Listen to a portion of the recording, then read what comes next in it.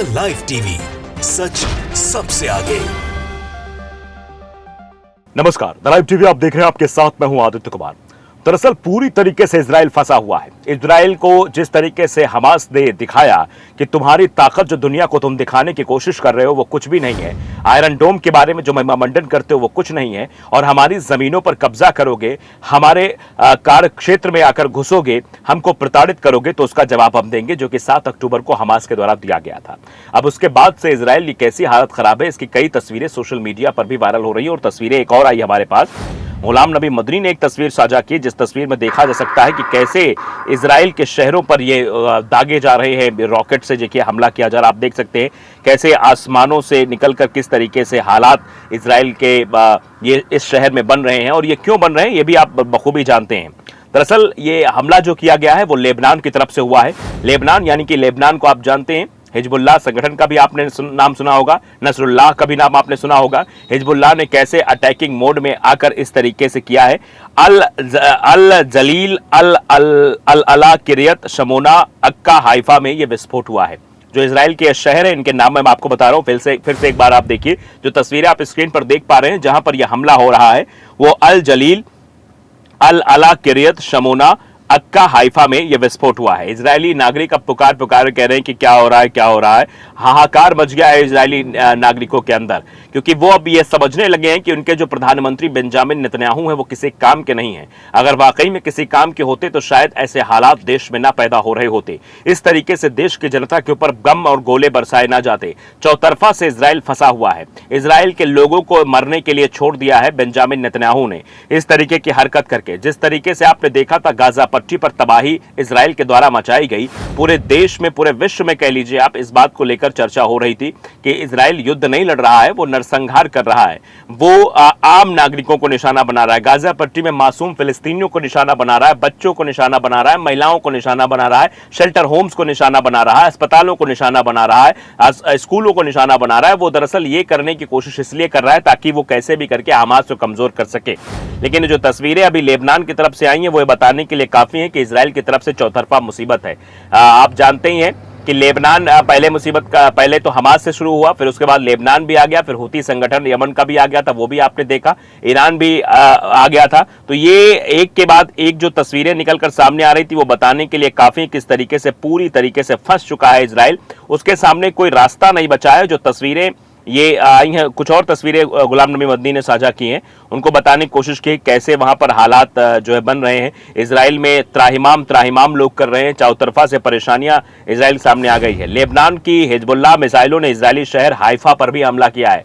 Haifa की ये तस्वीरें हम आपको दिखा रहे हैं, इनको देखकर आप ये अंदाजा लगा सकते हैं यहाँ पर किस तरीके से एक के बाद एक धमाके हो रहे थे और इजराइल की जनता त्राहिमाम कर रही थी। ये दरअसल इसलिए भी हो रहा है क्योंकि लगातार इजराइल की जो नापाक हरकतें थी वो जो है दिखाई दे रही थी। और अब लेबनान, क्योंकि लेबनान पहले भी इस बात को लेकर इजराइल को चिता चुका है। लेबनान की अगर हम बात करें तो लेबनान ने इजराइल को बहुत पहले युद्ध में हराया तो नहीं था, लेकिन उसकी जो तस्वीरें निकलकर सामने आ रही थी वो बताने के लिए काफी थी। ये लगातार हमला किया जा रहा था, और ये हमला क्यों किया जा रहा था इसके पीछे की वजह भी जरा समझ लीजिए। जागरण की आप ये रिपोर्ट देखिए कि इजरायली हवाई हमलों से थर्राया गाजा, 14 फिलिस्तीनियों की मौत, लेबनान में 7 घायल। दरअसल बार बार जो युद्ध की शुरुआत है वो कौन करता है, नरसंहार की ओर कौन बढ़ रहा है, इजराइल बढ़ रहा है, इसीलिए उसको जवाब दिया जा रहा है। आप देखिए कि इजराइल ने 7 अक्टूबर को 2023 को हमास के उत्पात का जवाब देने के लिए गाजा पट्टी में हमास के खिलाफ बड़े पैमाने पर आक्रमण किए।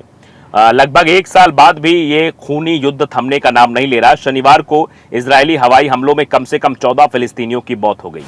इसी बात का तो जवाब मांगा जा रहा है कि लगातार क्यों आप हमले कर रहे हैं, क्यों फिलिस्तीनियों को मौत के घाट उतारना चाहते हैं, क्यों फिलिस्तीनियों के वजूद को आप नष्ट करने की कोशिश में लगे हुए हैं।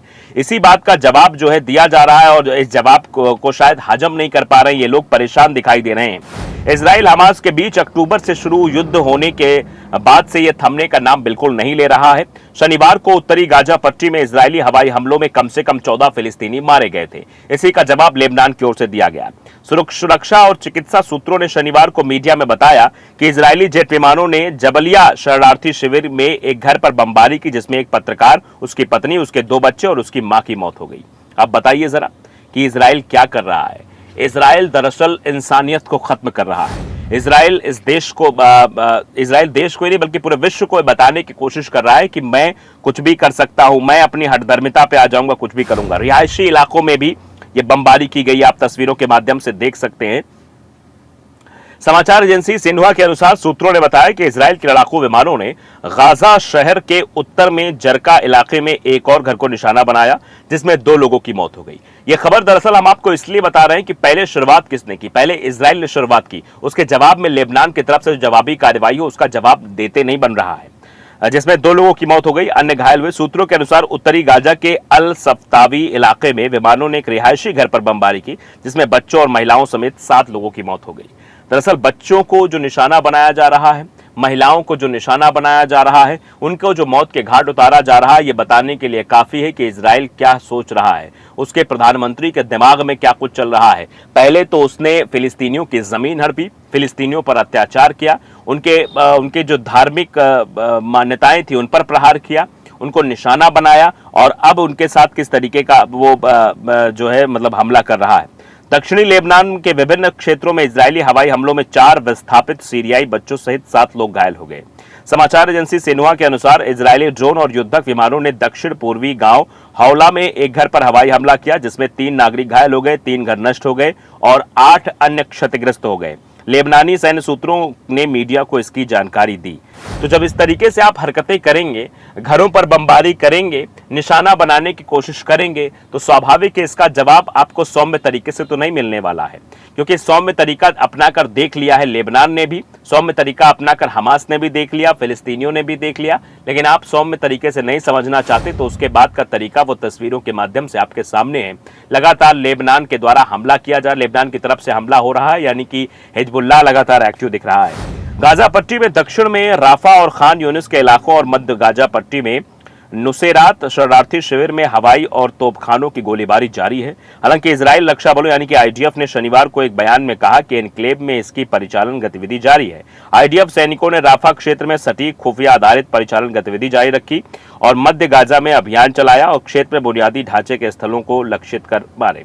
शनिवार को गाजा स्थित स्वास्थ्य अधिकारियों ने एक बयान में कहा कि पिछले 24 घंटे के दौरान इजराइल ने 37 फिलिस्तीनियों को मार डाला और 54 को घायल कर दिया, जिससे अक्टूबर 2023 से मरने वालों की संख्या अब 38,919 हो गई है, जबकि 89,622 लोग घायल बताए जा रहे हैं। यह आंकड़ा अपने आप में बताने के लिए काफी है कि इजराइल क्या कर रहा है। नरसंहार नहीं तो वो क्या कर रहा है, वो नरसंहार करके लोगों को मौत के घाट उतारने का काम कर रहा है। ऐसे लोगों के ऊपर तो कड़ी से कड़ी कार्रवाई होनी चाहिए, ताकि बेंजामिन नेतन्याहू को भी समझ में आए कि वो किस तरीके से मासूम फिलिस्तीनियों को मौत के घाट उतार कर जो है अपने आप को बड़ा वो समझते हैं कि मैंने एक बहुत अच्छा कार्य किया है। अब लगातार इसको लेकर सवाल पूछे जा रहे हैं, लगातार सवाल उठ रहे हैं, लगातार कटघरे में खड़े हो रहे हैं, और ये देखने के लिए समझने के लिए काफ़ी है कि इस तरीके की हरकतें करेंगे तो इसका जवाब भी पॉजिटिव वे में तो नहीं आएगा, निगेटिव वे में ही दिया जाएगा और बताने की कोशिश की जाएगी तुम इस तरीके की हरकत करोगे तो इसका जवाब सिरे से तुमको मिलेगा। वही लेबनान की तरफ से किया गया। द लाइव टीवी को अगर आपने सब्सक्राइब नहीं किया जरूर करिए, बेल आइकन दबाइए ताकि सच खबर आप तक पहुंचती रहे। नमस्कार। द लाइव टीवी, सच सबसे आगे।